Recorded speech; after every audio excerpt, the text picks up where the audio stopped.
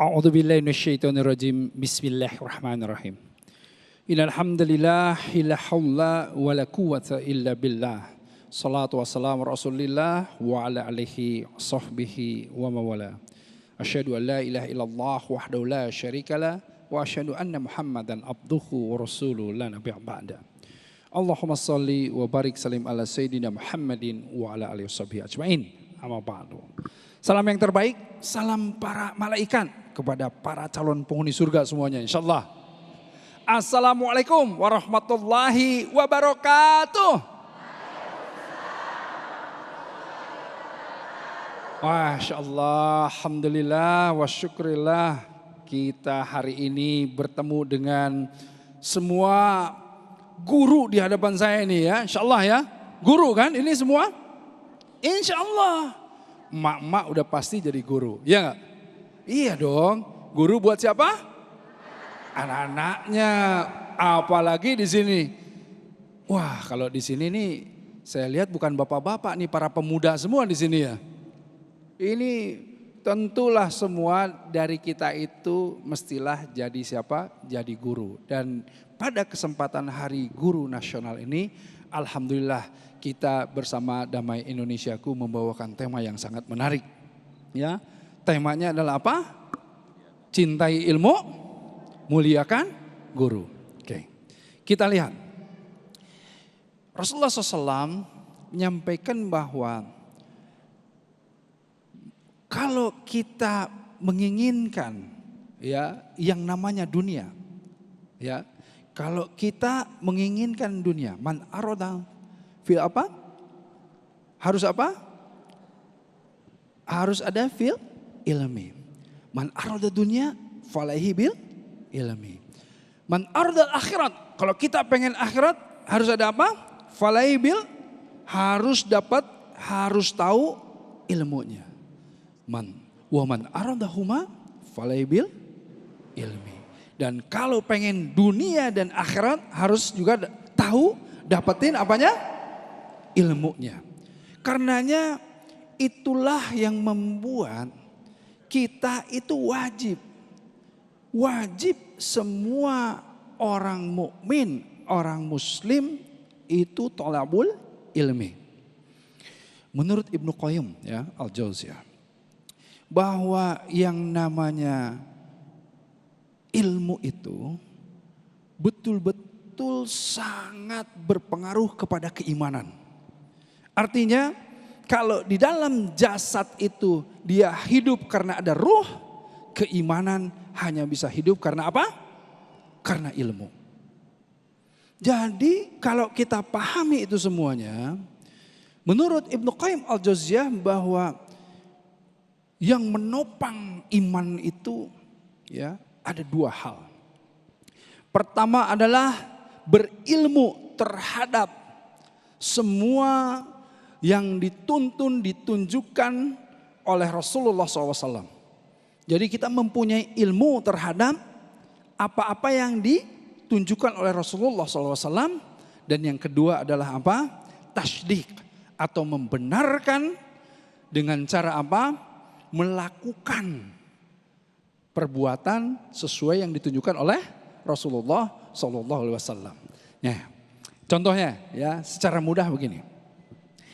Dulu mungkin ilmu itu belum dibukakan oleh Allah. Karenanya untuk ketika kita memahami sunnah, kita mengedepankan yang namanya keimanan. Yakin, karena apa? Berasal dari Allah dan Rasulnya, itu kan? Oke. Tetapi kemudian dengan ilmu kita bisa menegaskan keimanan kita. Banyak contohnya ya. Sunnah-sunnah sains itu banyak contohnya. Misalnya begini, Rasulullah SAW mengatakan bahwa jika seandainya minuman kamu itu masuk lalat, apa kata Rasulullah? Apa katanya? Langsunglah tenggelamkan lalatnya di dalam air. Karena apa? Karena satu sayap itu mengandung penyakit, sayap yang lainnya itu adalah penawarnya. Ternyata ada penelitian ya dari Australia, seorang saintis yang menyatakan bahwa memang di salah satu sayap lalat itu terdapat antibiotik. Coba bayangkan, ya, Masya Allah. Dan banyak lagi hal-hal yang seperti itu. Seperti begini, seandainya kita nih umat muslim, yang namanya tahajud itu kita udah yakin, udah iman, ya, bahwa sholat sunnah yang terbaik setelah sholat wajib itu apa? Sholat tahajud. Nah, ketika seseorang sholat tahajud itu dengan keimanannya dia sudah yakin dan dia bisa mendawamkan itu. Tetapi ketika dia ditambah dengan ilmunya, bukan hanya ilmu tentang bagaimana yang namanya afdalul tahajud itu di dalam ritual, tetapi juga ilmu kalam, ilmu yang mempengaruhi bagaimana kesehatan fisiknya, dia tentu akan semakin yakin dan semakin ingin tasdik tadi, membenarkan dalam apa? Dalam perbuatannya.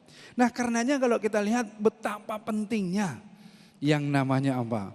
Yang namanya thalabul ilmi. Inilah salah satu bagaimana kita mengkaji di dalam kajian-kajian keilmuan atau majelis taklim wa taklum tadi. Dan disinilah kemudian ketika keimanan itu kan banyak yang bertanya, Ustadz, keimanan itu yazid wa yankus, betul nggak? Naik, turun, di atas, di bawah. Bagaimana agar bisa tetap stabil? Kalaupun turun tidak turun jeblok begitu. Inilah ilmu. Ilmu itu sebetulnya yang menahan keimanan.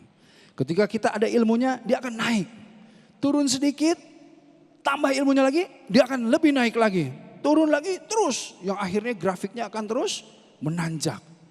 Nah, inilah fungsi-fungsi dari ilmu itu.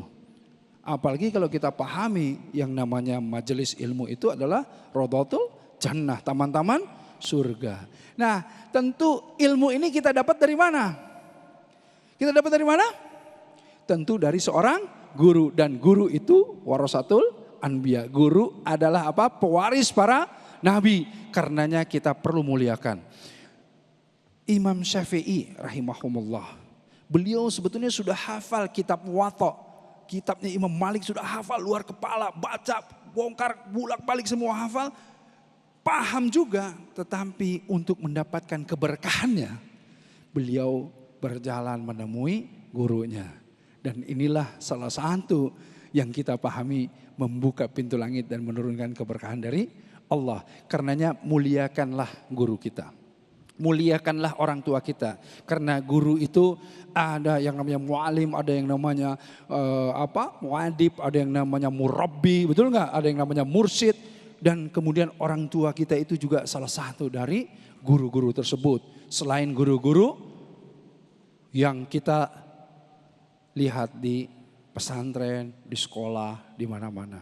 Karenanya muliakan guru, ya, adab dengan guru kita harus jangan seperti kalau kita lihat banyak ya zaman sekarang yang tidak kemudian hormat terhadap guru dan lain-lain. Nah, inilah yang mengkhawatirkan, yang bisa jadi tidak berkah. Ya, kita mesti memuliakan guru, dan insya Allah ketika guru kita muliakan, tentu akan dibukakan pintu langit dan turunlah berkah dan rahmat oleh Allah untuk kita semuanya. Insya Allah, ya, amin ya Rabbal alamin. Alhamdulillah.